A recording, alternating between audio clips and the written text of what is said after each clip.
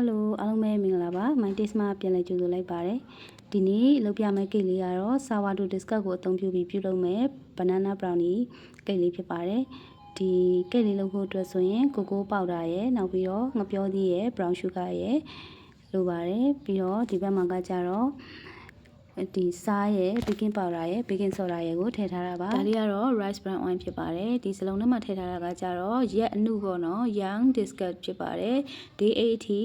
ခြံထားတဲ့ biscuit လေးတွေဖြစ်ပါတယ်ရေကလေးထဲမှာတင်ထားတာပေါ့နော် biscuit ကိုဒီ recipe မှာသုံးမယ်ဆိုလို့ရှိရင်သူ့ကို biscuit 200မှာဂျုံ90 recipe ထဲမှာပါတဲ့အတိုင်းထည့်ပြီးတော့အပြင်ကိုအနည်းဆုံး1ရက်လောက်ထုတ်ပြီးမှအသုံးပြုပေးရမှာဖြစ်ပါတယ်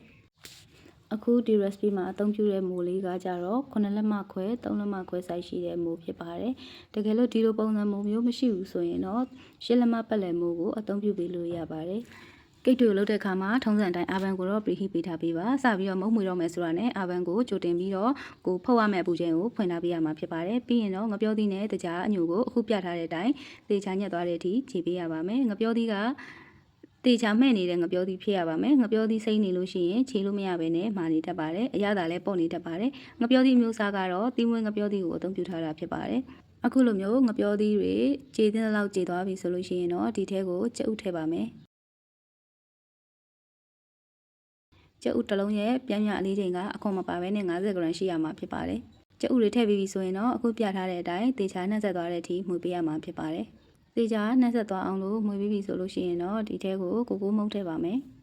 ကိုကိုမုန့်ထည့်ပြီးတော့တေချာရောသွားအောင်လို့မှုပေးရပါမယ်ကိုကိုမုန့်က30 gram ဖြစ်ပါတယ်တကယ်လို့အခါမကြိုက်ဘူးဆိုလို့ရှိရင်ကိုကိုမုန့်ကို20 gram အသုံးပြုပေးလို့ရပါတယ်ကိုကိုမုန့်တအားနဲ့ရင်လည်းအယောင်အရန်နှုတ်သွားပြီးတော့အရသာလည်းပေါ့နေတတ်ပါတယ်ပြီးရင်တော့စားရယ် baking powder baking soda ရောထားတဲ့အရောလေးကိုထည့်ပါထည့်ပြီးတော့အခုပြထားတဲ့အတိုင်းတေချာနှက်ဆက်သွားတဲ့အထိမှုပေးရပါမယ်တေချာနှက်ဆက်သွားပြီဆိုရင် sourdough biscuit ကိုထည့်ပေးပါ sourdough biscuit ကိုအခုလိုမျိုးထည့်ပြီးပြီဆိုလို့ရှိရင်ညင်ညင်တသားလေးမှုပေးရမှာဖြစ်ပါတယ်ဒီနေရာမှာအမွှေကျန်းလို့မရပါဘူးအမွှေကျန်းလိုက်မယ်ဆိုလို့ရှိရင်တော့ဒီမုံကဒီကိတ်မုံကကျစ်သွားမှာဖြစ်ပါတယ်အခုပြထားတဲ့အတိုင်းချင်းလုံးလေးနဲ့ပဲညင်ညင်တသားလေးရောမှုပေးရမှာဖြစ်ပါတယ်တေချာနှက်ဆက်သွားသည့်အထိအခုလိုမျိုးပုံစံလေးနဲ့မှုပေးရမှာဖြစ်ပါတယ်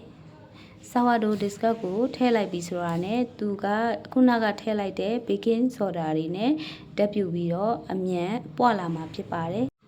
ပြီးပြီဆိုရင်တော့အခုလိုမျိုးစီထည့်ပြီးတော့ညင်ညင်တသားလေးရောဆက်ရုံမွေပေးလိုက်ပြီဆိုရင်တော့မုတ်ရည်ရပါပြီမုတ်ရည်ကိုရောဆက်တဲ့အခါမှာအကြာကြီးမမွေမိဖို့လိုပါတယ်အကြာကြီးမွေမိမယ်ဆိုလို့ရှိရင်တော့မုတ်ရည်ကကျစ်သွားပြီးတော့ဖုတ်ပြီးတဲ့အခါကျလို့ရှိရင်လည်းမုတ်ကကျစ်နေတတ်ပါတယ်